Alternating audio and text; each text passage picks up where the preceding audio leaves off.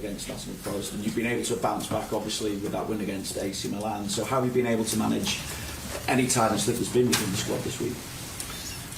I don't think that was the main issue, if it was even an issue, because 2 or 3 days later we had to play Milan again, and then you would still expect players to be tired, or maybe even more tired.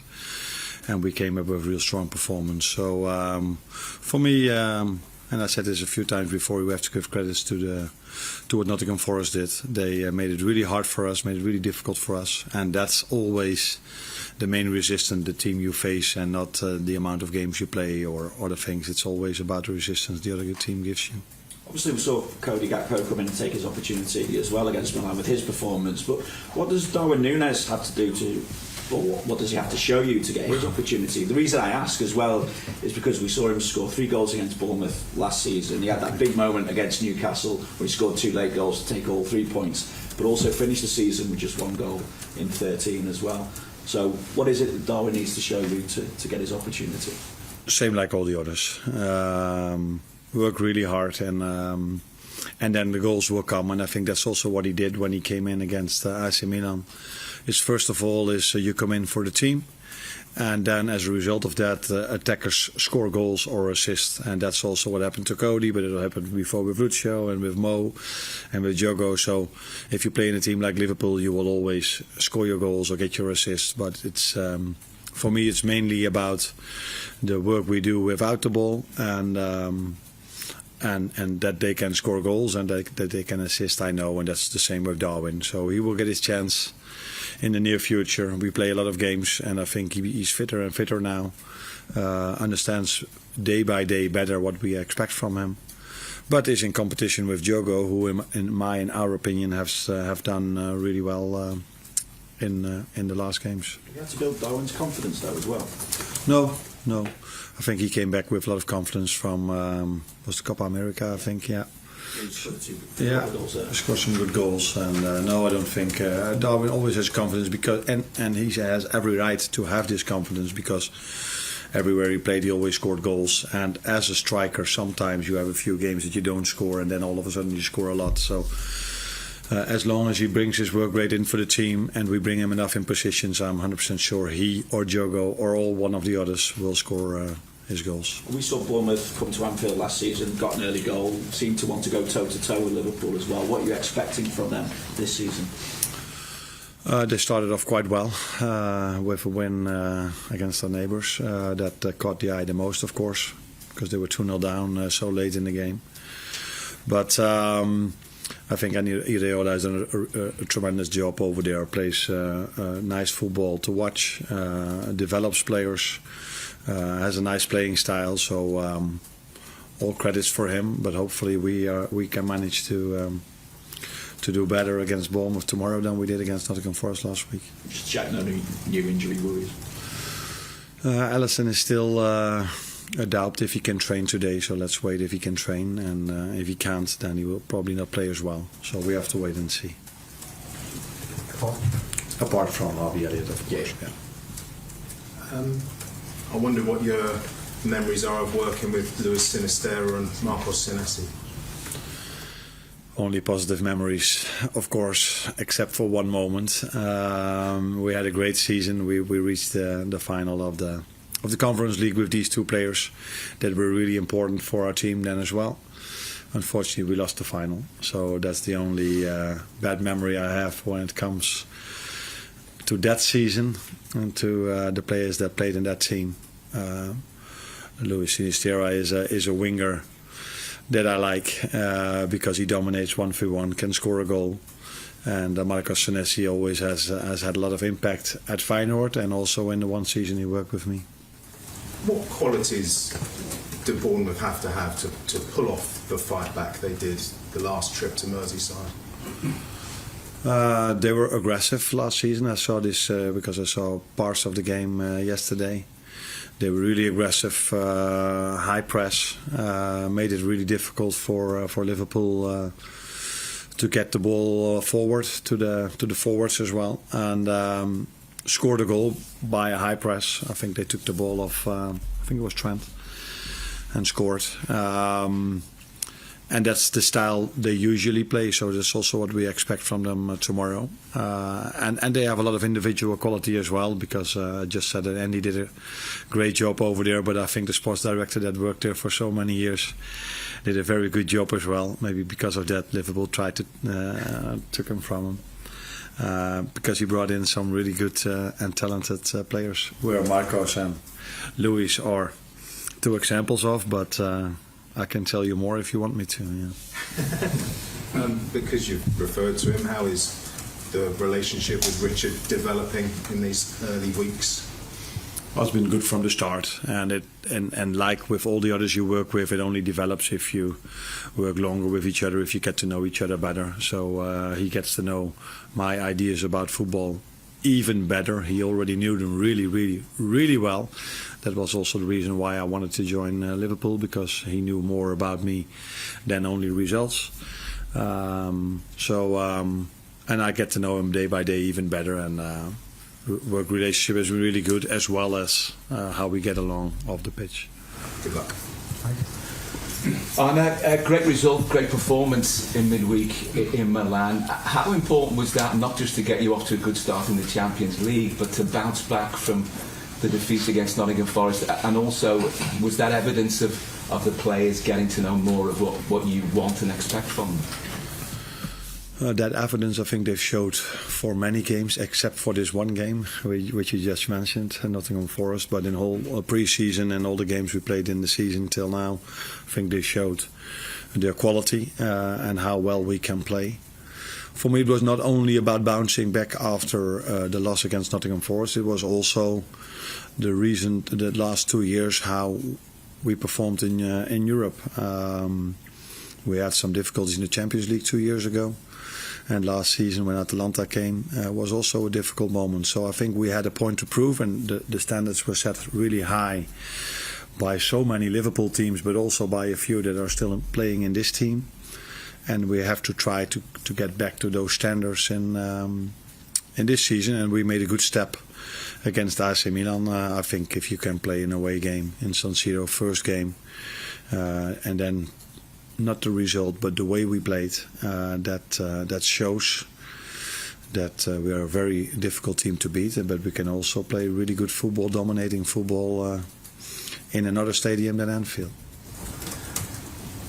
A different sort of opposition, Bournemouth, than Nottingham Forest in terms of their style. You mentioned their high press, that might give Liverpool routes to be more ambitious.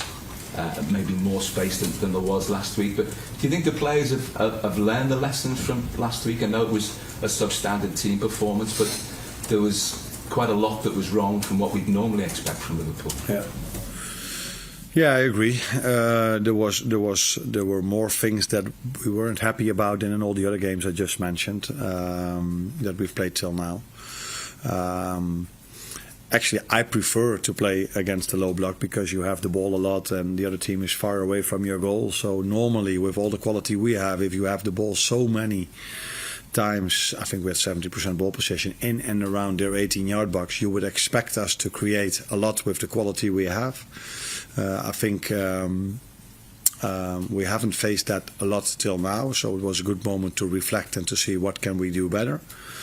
But although it sounds simple, but if every player plays 5% better than against Nottingham Forest, which is not that difficult, to be honest, then that will make a massive change already, apart from us, that we can do certain things better and certain positioning or certain runs we have to improve. Thank you. Arne, how have you been getting used to the English schedule since you've come in compared to what you've been used to? I ask obviously because talk of players striking and workload has been in the news a lot this week. I don't know if you know, but in Holland we also have an Eredivisie, so we also play games in the weekends, and we also play Champions League or Europa League, so we also play during the week. There's only one difference, and that's the upcoming week when we play the League Cup. So till now I haven't seen anything different than what I was used to at my former clubs, but the Premier League has 4 extra games compared to the Eredivisie and the League Cup. That's the main difference. But from the start till now, I think we played just as many games as my former club. So that's not an issue for me. But the main difference between the Premier League and every other league in Europe, and you all know, is that we have to play during Christmas and New Year. And I think at those moments, that's the biggest difference between this league and all the other leagues. AC Milan had to play the weekend. They had to play on Tuesday, and they will play during the weekend also again. So.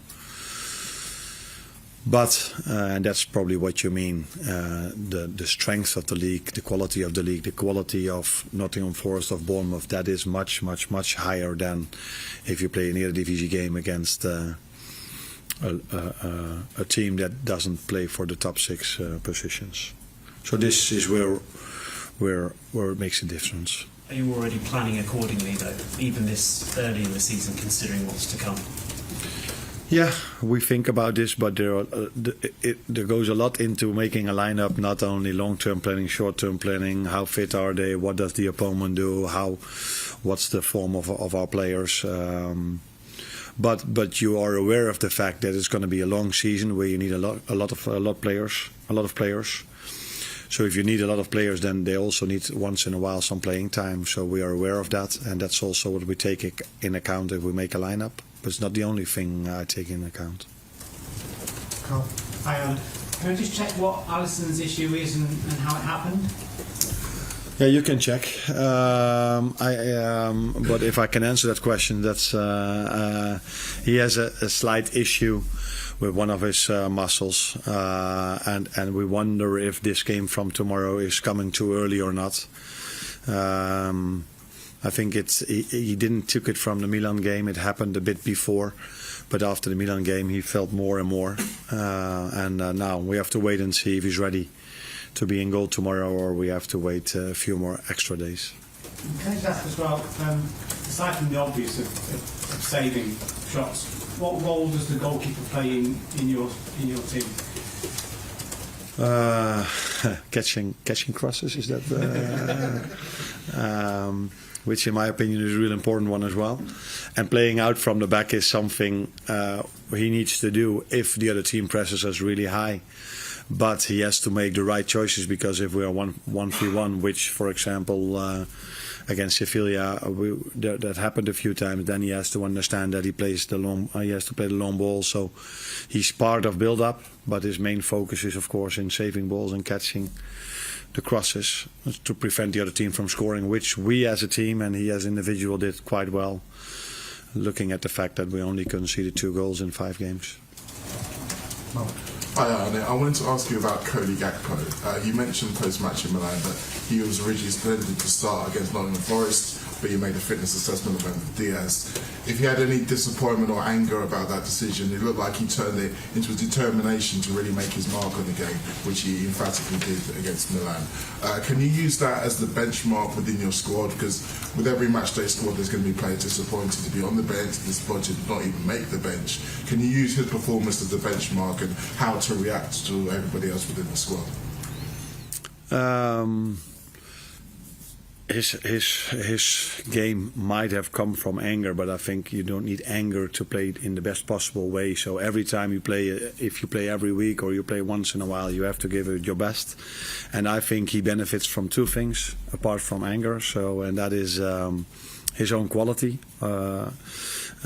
We know how special of a player he is, and he benefits from players around him and the team, the structure, and the moments when he gets the ball, and that he gets the ball when he is in the right positions. And that made for him a great performance. But the one he's in competition with had some good performances as well. So that's what I mean with it's all about the team. And these players that play for Liverpool all have a lot of quality. So there's not one player that doesn't have quality. So if they can show up, if that comes from anger or not, but just work hard, then the team and individual quality will lead to good performances. Arne, can I just ask you about the Anfield atmosphere? Like last weekend, there was a fair bit of frustration, especially in the second half. Is there a need for the fans to stay patient as much as it is for your players when you're trying to break down a team that defends so deep? My only frustration was about how we played. And I think we as a team and as players have to be aware of the fact that fans need something to get behind the team, and I don't think we did this enough. And the only thing I can ask the fans is, if we don't show up enough, maybe they can help us then to say, okay, it's not. It looks like it's not their day of the players today, so let's help them by singing, cheering, whatever they can come up with. But I like to look at ourselves. We have to do better, and if we do better, I think the fans will enjoy what they see, and then they will be behind the team. So it starts with us doing better tomorrow. But maybe if we don't, which I'm not expecting and not hoping for, maybe the fans can give us an extra push by showing what it needs for us to win the game. Thanks, Arne.